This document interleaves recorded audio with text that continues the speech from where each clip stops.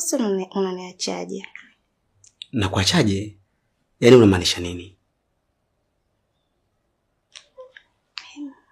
Mimi sina hela. Kwani unanidai?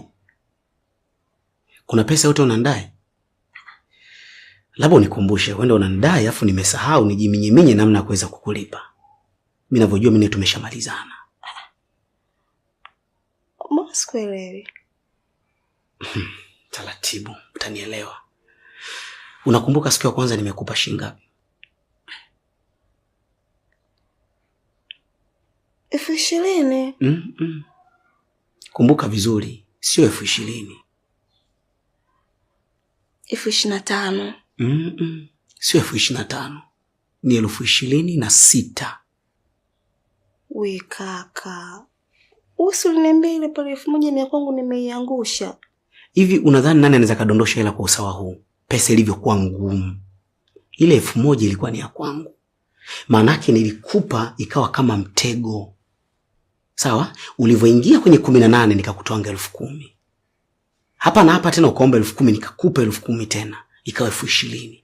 Na ile 1,000 21,000 nikakuuliza umekunywa chai? Ukasema bado, nikakupa 5,000 kanunue supu. Ikawa 26,000. Hiyo ni siku ya kwanza. Lakini nikakwambia kesho yake njoo kijiweni, ukaja mapema asubuhi. Ukasema una njaa hujala. Mama, ukanunua supu ya 1,500 nikalipa. Na chapati 2 kwa shilingi 2,000, jumla 28,000. Lakini mchana tena ukarudi pale pale kijiweni, ukahitaji pilau. Nikakwambia kula 2,000. Bahati nzuri mama ntilia alikuwa na maji fulani hivi ya bomba. Haukutumia bajeti ya maji. Ukala kuondoka ikawa shilingi 30,000.